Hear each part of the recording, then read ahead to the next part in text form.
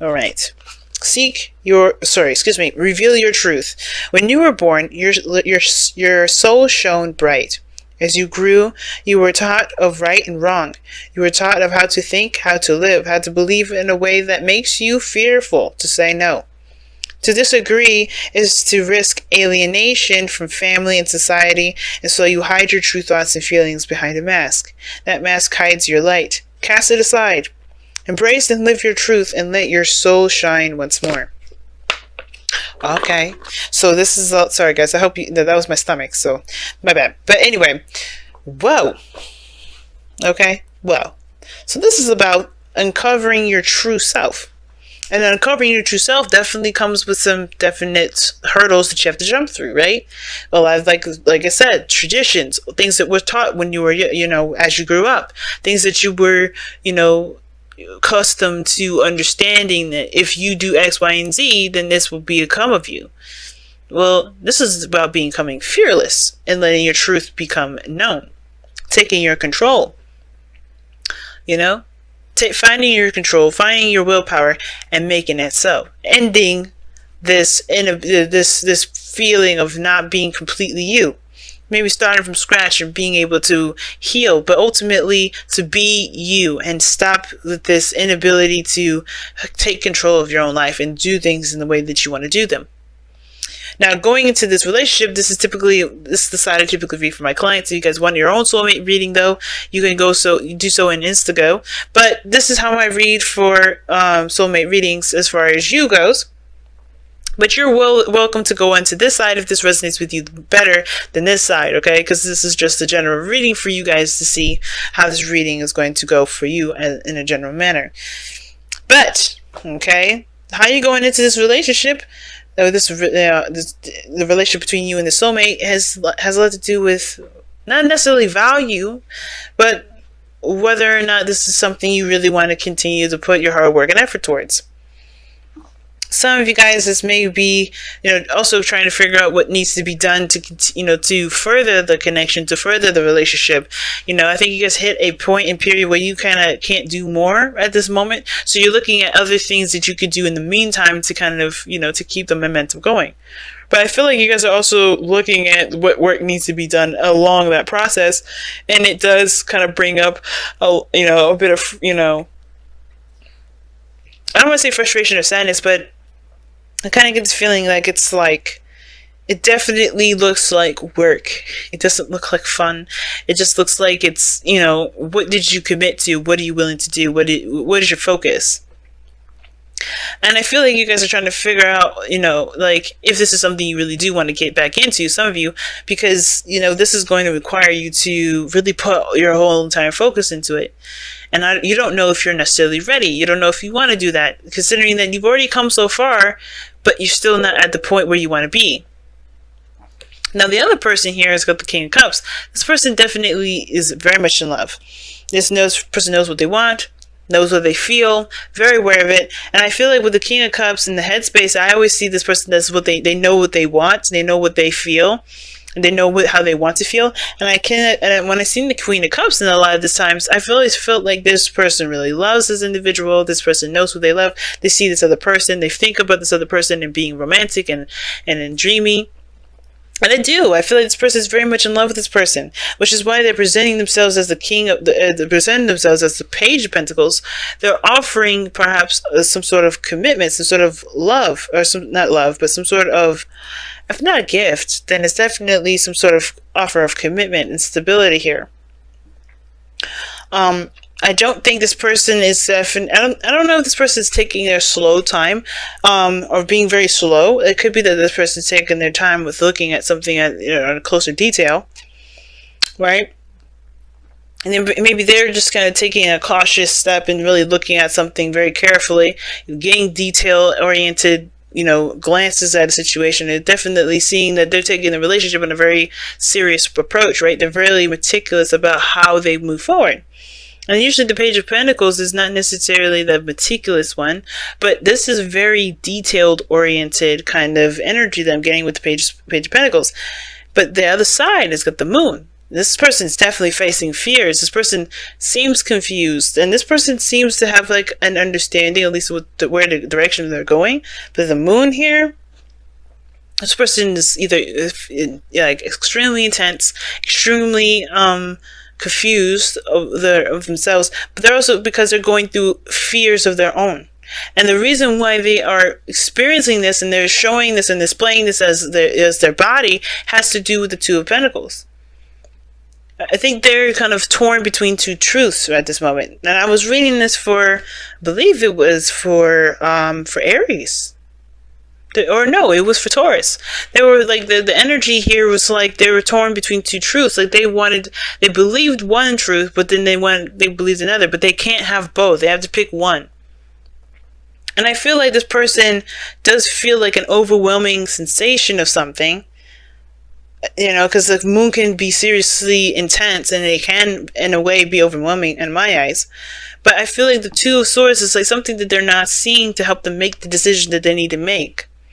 You know, so then, you know, and then they're not looking at how they feel about something. They're looking at all the work that they've put in. They're working out what work they need to continue to put in. And that can cause a lot of confusion because what they want, what their heart wants may be different from what their mind is trying to tell them they should want. And this person on the other side, though, the reason why they are showing the Page of Pentacles and the King of Cups here is because they're manifesting. This person is channeling their energy. I feel like they're channeling the energy to create something. Now, this is where it gets interesting because you have the Nine of Swords in the Fool. Now, we do have stress and anxiety here and maybe doubts. And this person here is so far showing maybe the slightest bit of doubt if we count the Page of Pentacles. But even that is like, it's still even a step in a small direction. It's a new small beginning towards a small direction. So it's a small step in a different direction, a new beginning, a new step, a new start, a small start. Nothing big, but it can be big later. And the Magician shows potential in my eyes. Like the Magician is, channeling energies and knowing the power will rest within you to make something happen, to create something, to manifest something into your life. It takes you to do it. And I feel like this person understands that, which is why they're not moving so fast. They're taking a little bit of a closer look. They know what they want to feel, and they're trying to make sure this is actually that direction. Because they know once they start going down that road, they can only, it only goes further from there. But the challenge is the Ten of Swords. I'm going to clarify that. Why is the challenge that you and your soulmate face, why is that the Ten of Swords? What is the Ten of Swords trying to tell us? The reason why it's the Ten of Swords is because because of the Devil. And it's telling us of old attachments. The end of old attachments, or not old attachments, but attachments or addictions or patterns of behavior. Getting control over patterns of behavior. Or the end of it could be the ending of some sort of bound connection. Or the recovery of a connection that was bound, or a recovery of a connection between you and this individual, rather. We brought you two together with speed, passion, or not passion, but balance between your head and your heart, willpower, taking control of your life, so taking control of yourselves. That's what brought you two together. It was interesting. Like something drove you both together, that independence, that goal-oriented sort of feeling for you guys. Like that's what brought you two together. But now the ending of what you're giving your power away to, true understanding of your true power. Because I think for a lot of you guys were just pushing and pushing and pushing, right? Doing the best you can, keeping the balance. But tapping into your real potential here through the Devil, through seeing your true essence and being aware of what you're giving your power away to, and completely cutting that out too. From completely freeing yourself. That's what it looks like. That's why the probably the Fool is here too, because it's anxious. It does bring up a lot of anxieties when you're going down a new path, and you truly have to 100% rely on you. And there's nothing around you that would like help you or do anything like that, because this is truly 100% you at this point.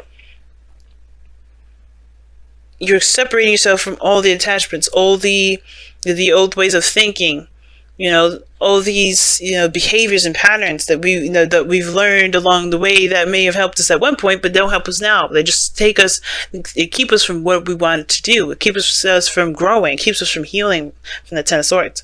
And I feel like that's why the moon is coming up for you, Cancer, right here in this point. Which is interesting too, because it's not a bad card. This is also your card here. Even though I know the moon, is, I know, actually, no, the moon is Cancer, but the card is actually Pisces. But, okay.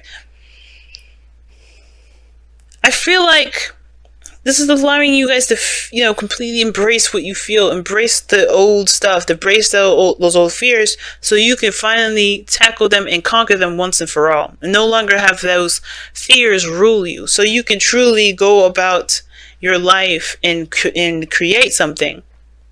But you first have to face the music. You first have to face the music, and I feel like it's not just you, it's him, it's this person too.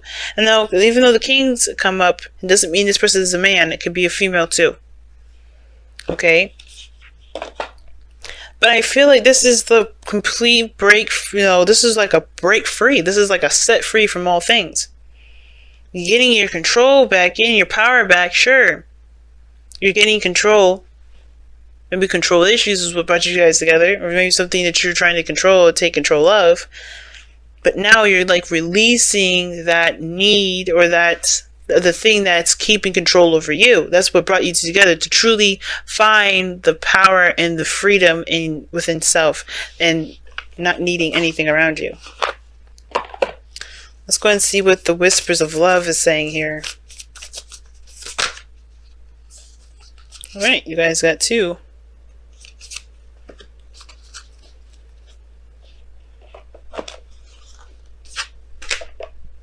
Alright, it says, focus on love and speak the language of love. Nice. So, speak the language of love. Loving words have the power to change someone's life, including your own. And we talk about changes, right? We're talking about a new beginning. Yeah, man. And I think that's the thing. Maybe there needs to be clarity in the situation, that clarity. But it starts by figuring out why, what's causing this confusion, right? What are your fears going through this time of unknown and anxiety, trusting your intuition 100%? Literally, you're kind of, you feel a little lost sometimes too. And it's because it may be that because you're sitting on the fence still. You haven't solely found the truth that you're going to, wield, that sword that you're going to be wielding, that's truth that you're going to have that will cut right through the confusion.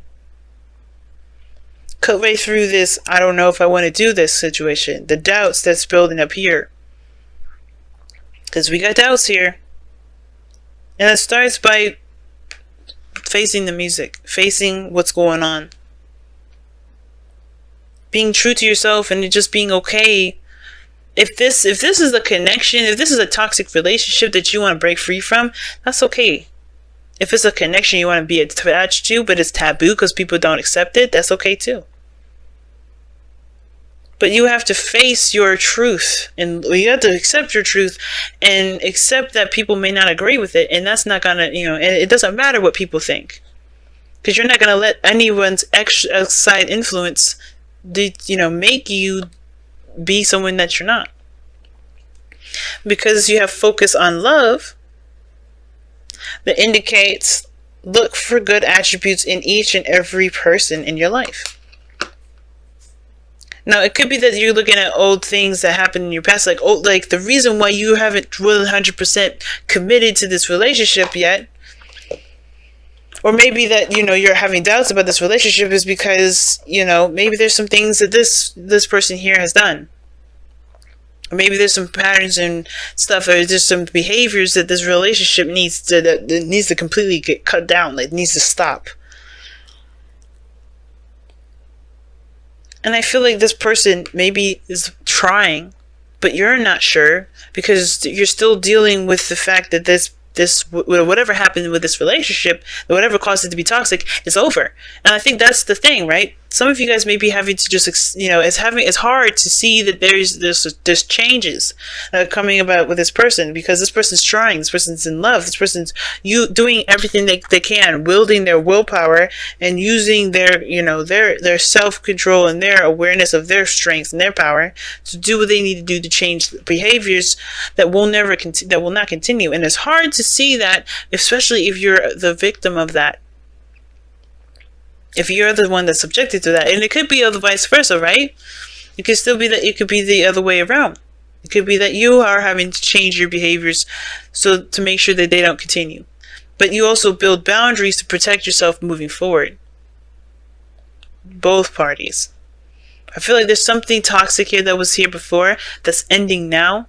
But it's hard to realize that this situation may have injured your trust in some way.